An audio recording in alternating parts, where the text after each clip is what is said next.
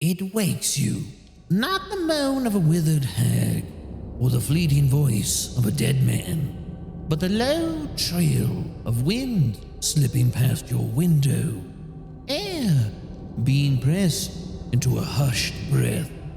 The shadows meld themselves back into your bedroom. You blink. The blurred, hazy object of your alarm clock focuses back into existence. 2:48 a.m., the numbers decree. You don't want to be awake. You don't even want to keep your eyes open. Yet there you are. Outside, the air stirs in utter turmoil, churning up to 50 miles an hour and beating against your home. You'd known this was coming. In fact, you'd known at the moment you'd seen those thunderheads pulling in from the west, lightning forking within them. From the storm's downdraft came bursts of pine-laced wind, sharp, deceptively sweet, a destructive force careening from the Atlantic all the way through the barrens, that large tracts of wild, unbroken wilderness. You've often seen in the distance tall, stocky pines of its dark woods, shivering in the gales. It's been a gusty time for Jersey this year. What was it you were dreaming about, anyways? Who knows? The information is already lost to the senseless grumble of thoughts trying to piece the dream back together. Gone. Although an image of falling water still rests vividly in your mind. Your bladder sends a signal to your brain, demanding relief. Half awake, you mechanically saunter down the short hall to the bathroom. You flick the lights on. Too bright. You rub away the floaters and the zigzags from your eyes. You yawn as your soles scrape over the cold tiles, and then yawn again as you complete your natural business. Sweet release. You flush and lift the faucet handle to wash your hands. A sound. Your gaze flicks towards the door, and you listen again. Silence, save for the occasional squeak and groan of the walls.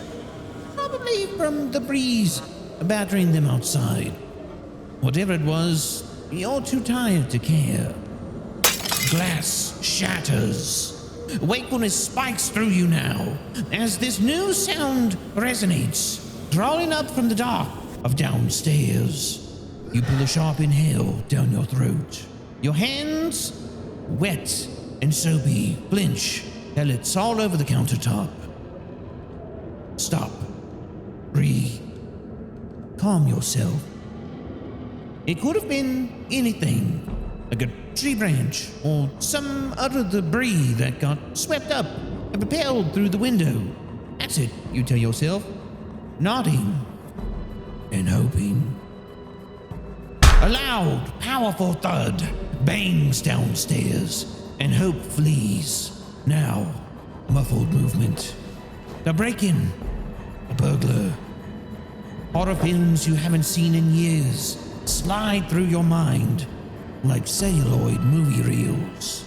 Your reflection in the mirror turns goosey white, your face contorted with fear. The police, your thoughts propose. Call the police. Your eyes trace the room for your phone. It's still lying on your bed. There's still time, though. You can rush back there, barricade the door, call the police from the closet. How long will it take them to get here? It doesn't matter. Just call them.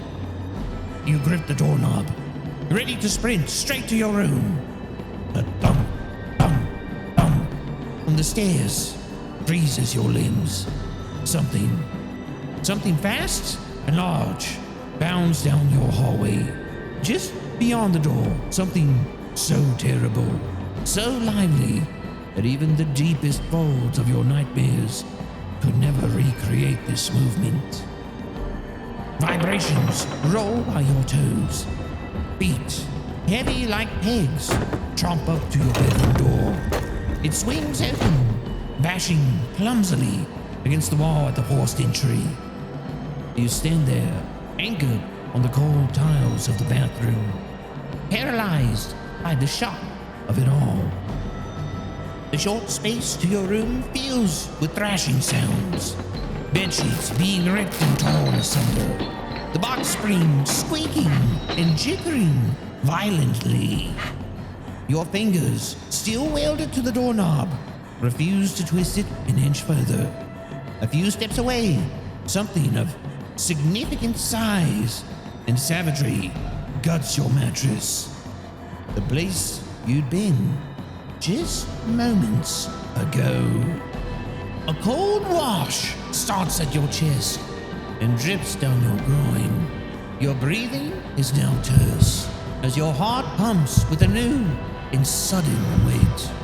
Your mouth is dry, your throat rubber. Focus.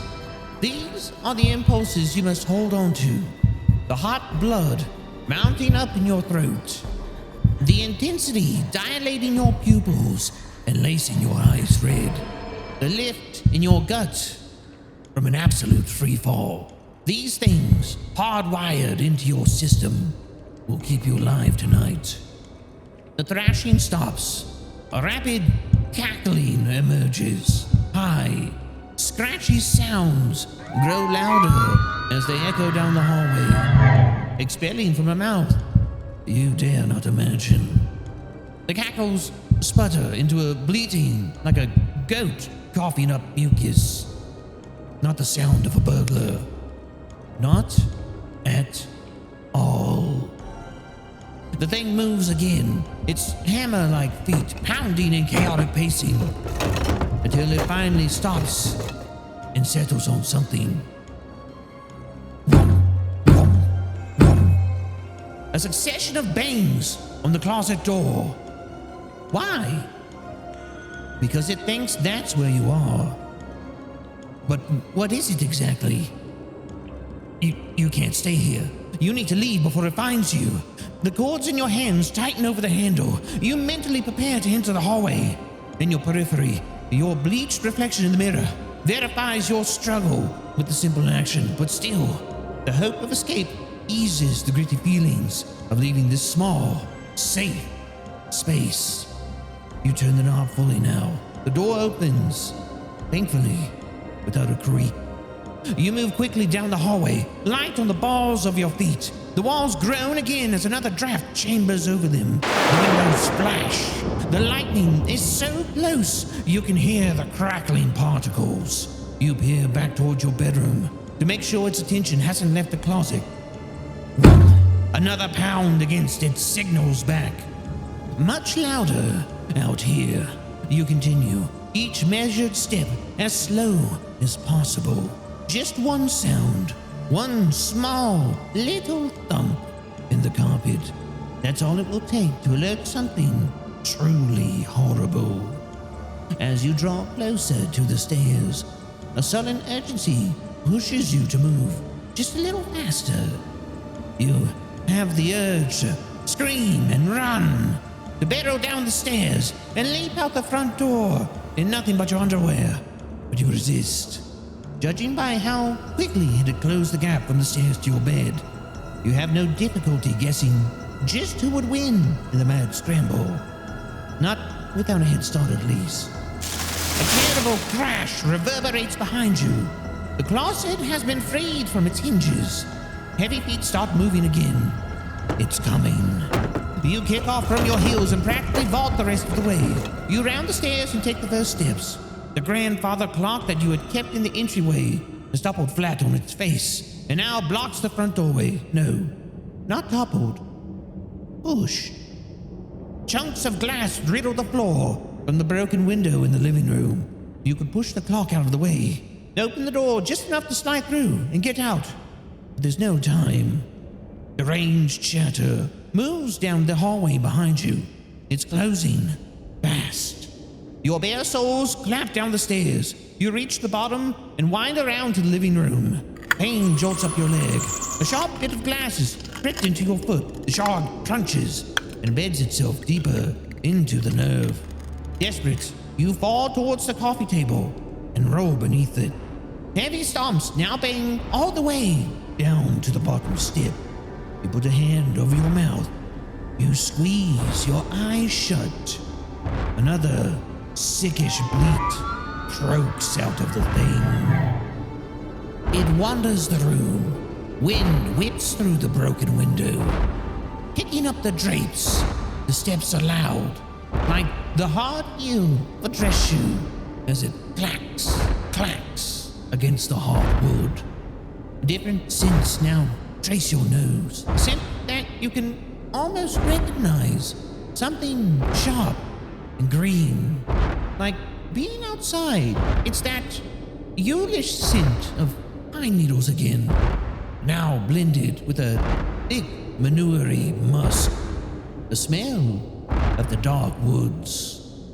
Each hard steps sends tremors through you. Don't look. Don't even take a breath. Don't think of what it will do if it finds you. How vivid those thoughts teeming with horrors are. How quickly your scream will be silenced by teeth.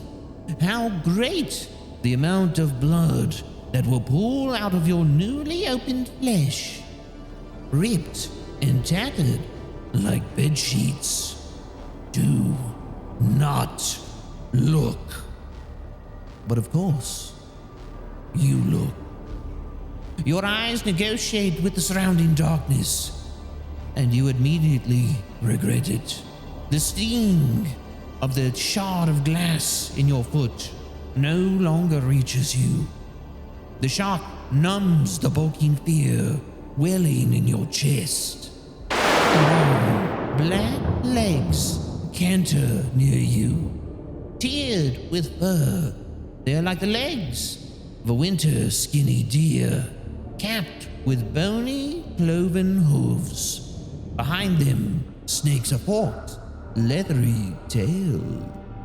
A mouth you cannot see clicks its cuspids. The thing whoops loudly and then cackles like a hyena. No, your thoughts murmur like the devil. The bony feet circle around and vanish into the black gape of the kitchen. A chair scoots as though brushed involuntarily. A clatter of things cling to the floor. Pots, pans, falling from their racks. You cautiously adjust your placement beneath the table. The pain in your soul sharpens again. Are you bleeding? Will it be able to smell the blood? Taste it lingering on the air? No. If that were the case, I would have found you by now. A vision you don't feed for very long. Perhaps you can wait it out. But stay hidden until it gives up and moves on. A vain hope. It heard you run down the stairs. It knows you're still here somewhere. You allow yourself to swallow, feeling unhinged by it all. This isn't your house anymore. It's somewhere else. Some dark side of some distant planet you don't belong on. A place where something with hooves is stalking the halls, looking for you. The back door, maybe? No. You recall how the rollers were starting to stick and squeak lately. Far too loud. And even if you did manage to squeeze through in time, the thought of having to outrun the thing fills you with immense dread. You look to the broken window. The frame is spiked with shards, waiting to slice through an artery. Not to mention all the scattered fragments your feet would surely find again. Running would be impossible then. An idea suddenly clicks. The car keys. You left them on the kitchen counter. They should still be there, mockingly close. If you can just reach them and sneak into the garage, you can get out of there. That, you reflect, sounds like a good plan.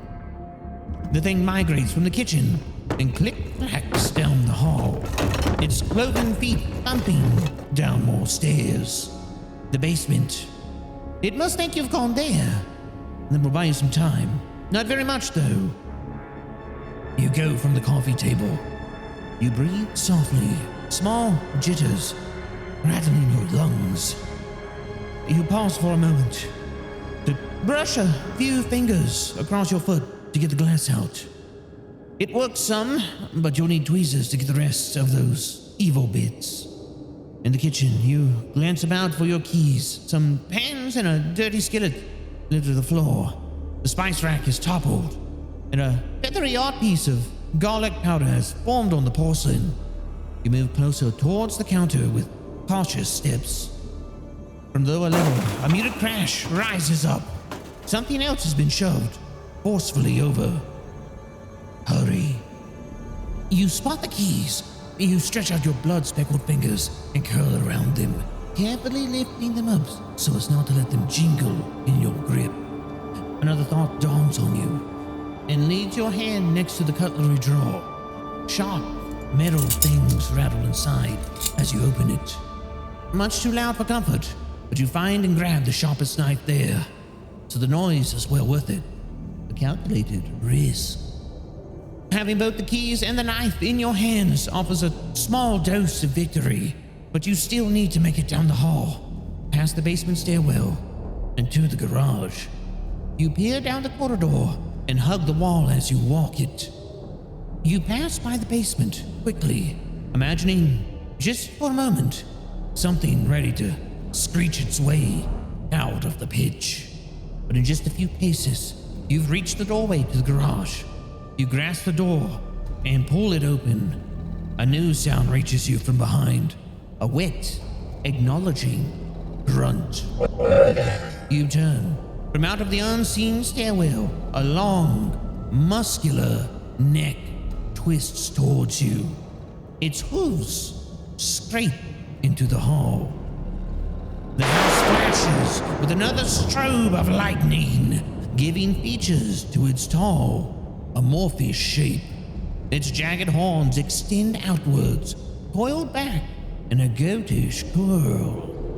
Leathery skin hangs down from its thick, haired body, hitting its backside in wrinkled folds. Eyes the color of muddied water. Eyes that have finally found you.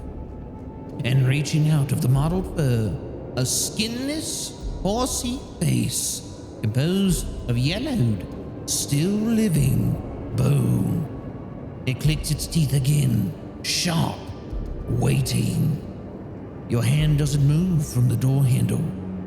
It clenches almost as tightly as the other hand does around the knife.